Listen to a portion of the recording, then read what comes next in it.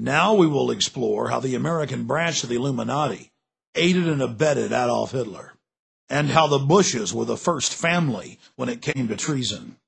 I've been an investigative reporter and a journalist for 35 years. I've worked in every major media market in the United States, and I've written for more than 100 newspapers and magazines nationally and internationally.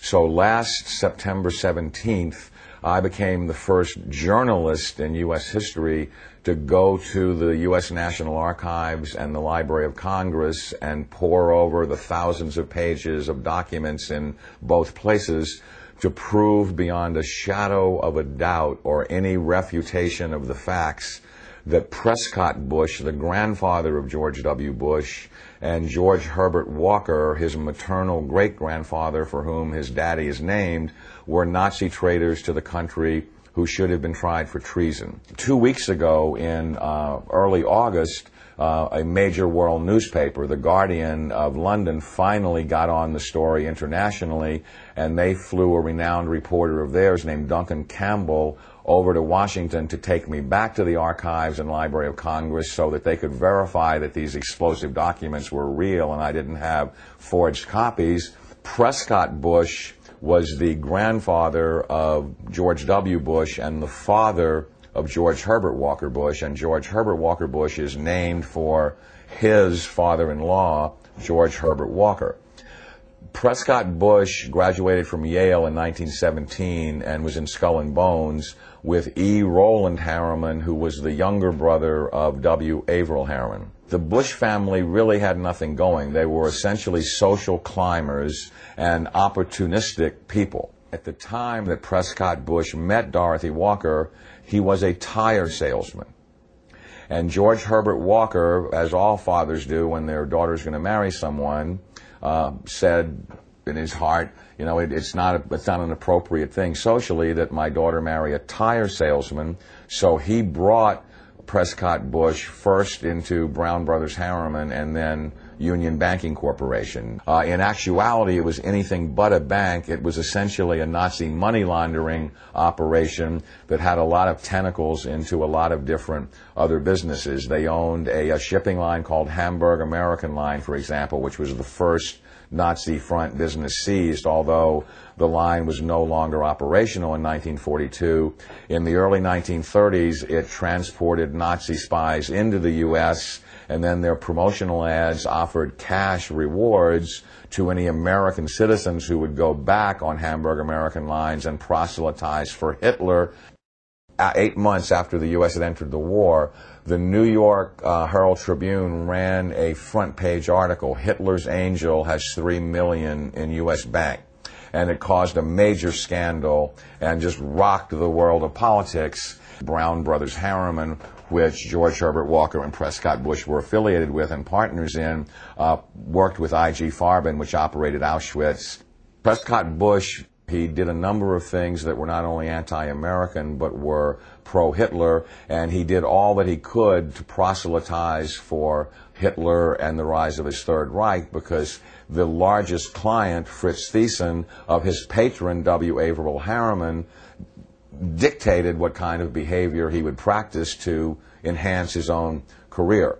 So he was put on the board of directors of Union Banking Corporation, and he was also a shareholder in Union Banking Corporation along with E. Rowland Harriman. But what's interesting about what the documents show is that they clearly state that all of the shareholders were phantom shareholders for Fritz Thyssen and did his bidding directly.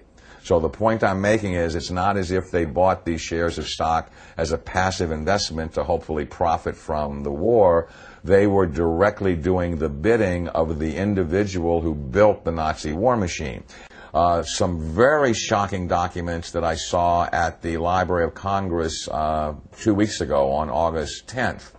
On August 9th, excuse me, had to do with the hearings of the McCormick-Dickstein Committee of November 1934, show that Prescott Bush and the DuPont family, the Remington family, and J.P. Morgan tried to overthrow the U.S. government, assassinate FDR, and put a Hitler-style fascist state in place.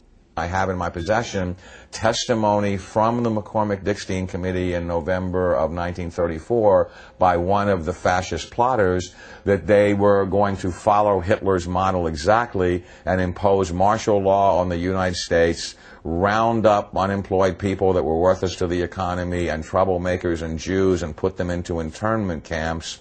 And their plan was, if necessary, to exterminate the people that could not be part of the effort.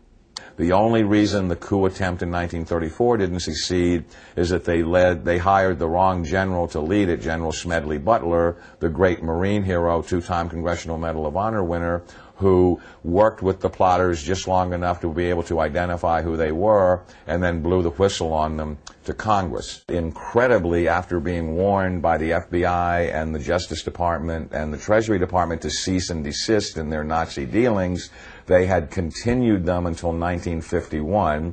There had been 28 additional seizures of Nazi assets and Nazi business fronts between late 1942 and 1951, and that they had moved Nazi assets into Switzerland, Brazil, Argentina, and Panama, and they had continued to do business with their primary Nazi patron, who was Fritz Thyssen, who backed Hitler beginning in 1921 and who was the wealthiest man in Germany, and a steel and coal baron who, with his partner Friedrich Flick, essentially built the Nazi war machine along with I.G. Farben.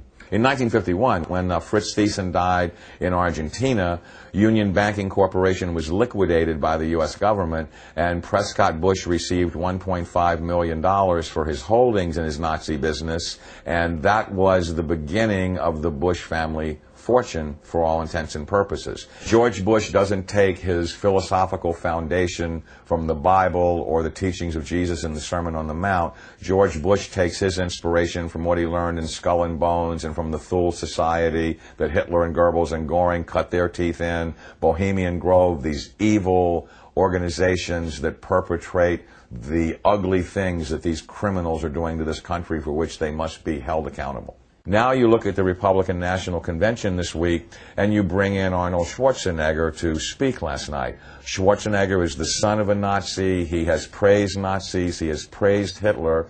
He talked last night in terms like, we will not falter, we will not waver, we will win this war on terror. He's a leader who doesn't flinch, who doesn't waver, and does not back down. Well, that's exactly the speeches that Hitler made after the Reichstag fire. Terrorism and the homeland being under attack are precisely the issues that Hitler used to subvert everything within the German system of government. This is a criminal regime. They not only emulate Hitler, but its genesis comes from Hitler. And I defy anyone, a historian, journalist, author, anyone, to come forward and disprove my premise that you cannot differentiate Hitler's invasion of Poland in 1939 and the Reichstag fire and his attempt to dominate the world from George W. Bush's unprovoked invasion of Iraq and subversion of the Constitution through the Patriot Act after 9/11, which I submit is his Reichstag fire. Karl Rove and his minions are every bit the masters of propaganda that Joseph Goebbels was. They literally took lessons from Goebbels and Goring about how to create such brilliant propaganda that unreality can become reality, and reality can be subverted to fantasy political subterfuge right before your eyes. So there's just an endless broken record that is leading up to the present era, that the Bush family has had a single goal for 100 years, which is to become the most powerful family on the planet and to rule the world. And they are on the verge of doing that under George W. Bush. It's critical that every citizen of this country rise up and do something, because the day of reckoning is at hand, and these people are Nazis. They are practicing Nazi philosophy. They are mimicking Nazi tactics, and time is running out.